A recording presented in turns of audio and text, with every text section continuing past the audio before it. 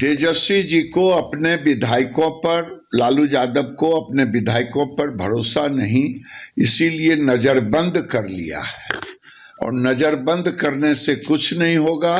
दिल का दरवाजा सबका खुला हुआ है और इनके पिंजरा में कोई रहने वाला नहीं। आपको ऑफर दिया जा रहा है, पैसों का ऑफर दिया जा रहा है।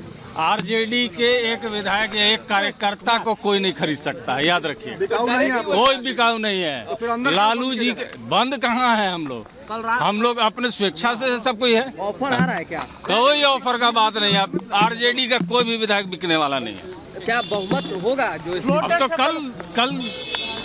कल बिहार के राजनीति में देख लिया जाएगा कि किसके पास क्या स्ट्रेंथ। क्या कॉन्फिडेंट क्या लगता है आप लोगों को? भाई हम लोग देखिए, हर चीज के लिए आरजेडी तैयार है, बस जान लीजिए। हम लोग क्या जेडीयू के कुछ विधायक आपके संपर्क में है? कोई किसी से संपर्क में नहीं है, याद रखिएगा। मेरे संपर्क यहाँ, अगर मेरे या तेरे संपर्क का तो बात ही नहीं उठता है। हम लोग आपस में जो 115 विधायक है इंटैक्ट है, चट्टानी एकता के साथ। वो नहीं आ रहे कांग्रेस अब हम ये कैसे कह दें? कांग्रेस अब किसी की अंतरात्मा, अगर नीतीश जी की अंतरात्मा जगती है तो नीतीश जी के विधायकों का भी अंतरात्मा जगना चाहिए। बस इससे ज्यादा कुछ नहीं। एकदम आ रहे हैं, वो लोग भी आ रहे हैं। देखिए, डरे सहमे लोग हैं, वो भयभीत हैं कि मेरा विधायक खुट्टा उखाड़ कर करके भाग जाएगा, क्योंकि वो वंशवादी भ्रष्टाचारी की जमात में रहना नहीं चाहता, उब चुका है। और इस मानसिकता के लोग बंधुआ मजदूर के तरह विधायकों को बांध करके रखने का ये प्रयास लोकतंत्र को कमजोर करता है। अरे विधायक पर विश्वास करना चाहिए, विधायक के मान सम्मान को बढ़ाना चाहिए। ये क्या तरीका है? और भारतीय जनता पार्टी हमेशा विधायक और संविधान का सम्मान करता है। ये तरुण इमाम बोल रहे हैं कि अगर व्हिप जारी नहीं हुआ तो आंकड़ा उनका 200 से पार होगा। जनता की गाढ़ी कमाई लूटकर भ्रष्टाचारियों की जामात हमेशा बिहार में भ्रष्ट मानसिकता को लेकर के अराजकता उत्पन्न करना चाहते हैं, लेकिन वो कभी सफल नहीं होते हैं।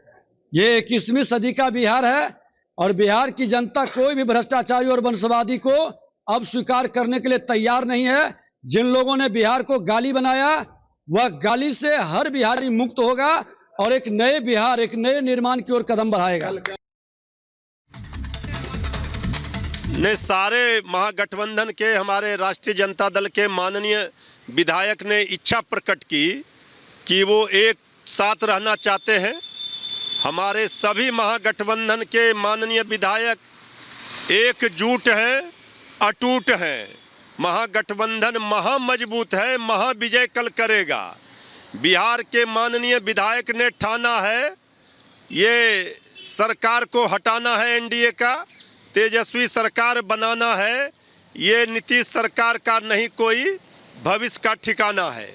इसलिए ऑपरेशन लोटस पर भारी पड़ेगा बिहार में, ऑपरेशन लालटेन।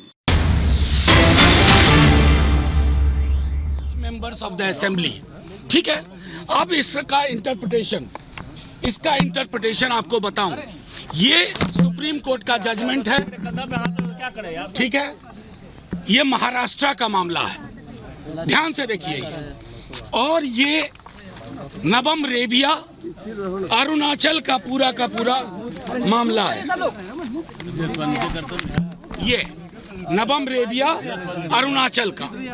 मैं आपको चाहूंगा आपके माध्यम से कि तमाम स्टेक होल्डर्स जो कल से इस विधायी महत्वपूर्ण पहलू पर फैसला लेंगे, चाहे कोई हो, स्पीकर साहब हों, सीएम साहब हों, उनके एडवाइजर्स हों, वो ये दोनों फैसले पढ़ें।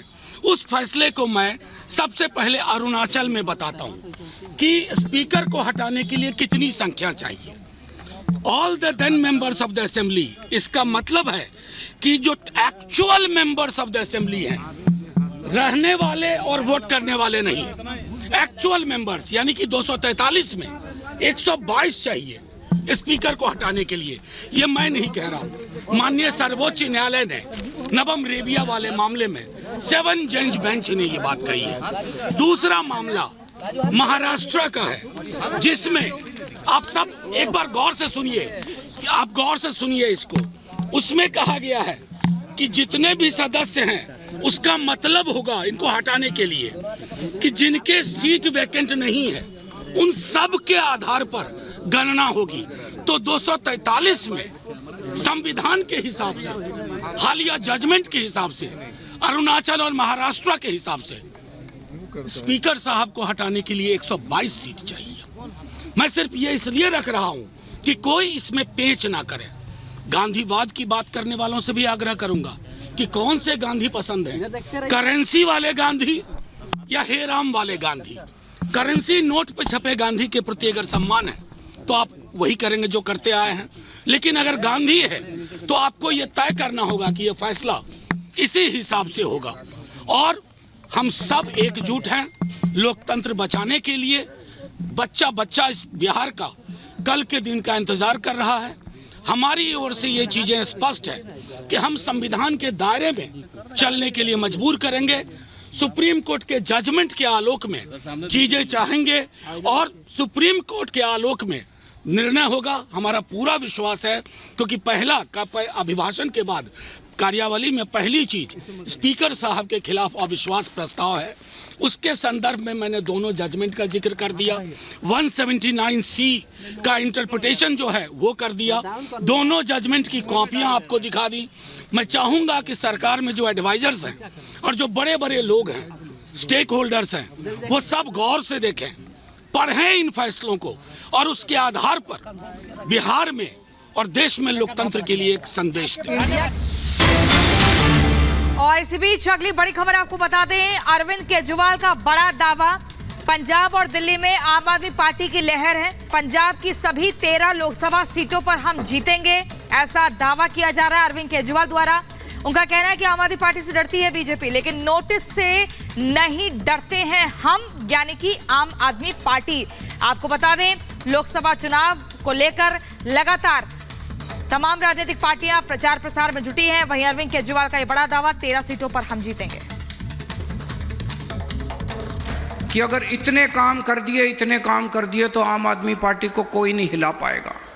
इधर पंजाब में रोक रहे हैं, उधर दिल्ली के अंदर जो काम मैं करने की कोशिश करता हूं, एक काम नहीं करने देते ये लोग, एक काम नहीं करने देते। दोस्तों, दिल्ली के लोगों ने इस बार ठान लिया है। दिल्ली में 7 लोकसभा की सीट हैं। दिल्ली के लोगों ने ठान लिया, 7 की 7 सीट इस बार आम आदमी पार्टी को देंगे। आज मैं पंजाब के लोगों से पूछने आया हूं, अगर आपने 13 की 13 सीटें आम आदमी पार्टी को दे दी, मान साहब के हाथ मजबूत होंगे। खबरदार, उसके बाद केंद्र सरकार की हिम्मत नहीं होगी आपके पैसे रोकने की, गवर्नर की हिम्मत नहीं होगी।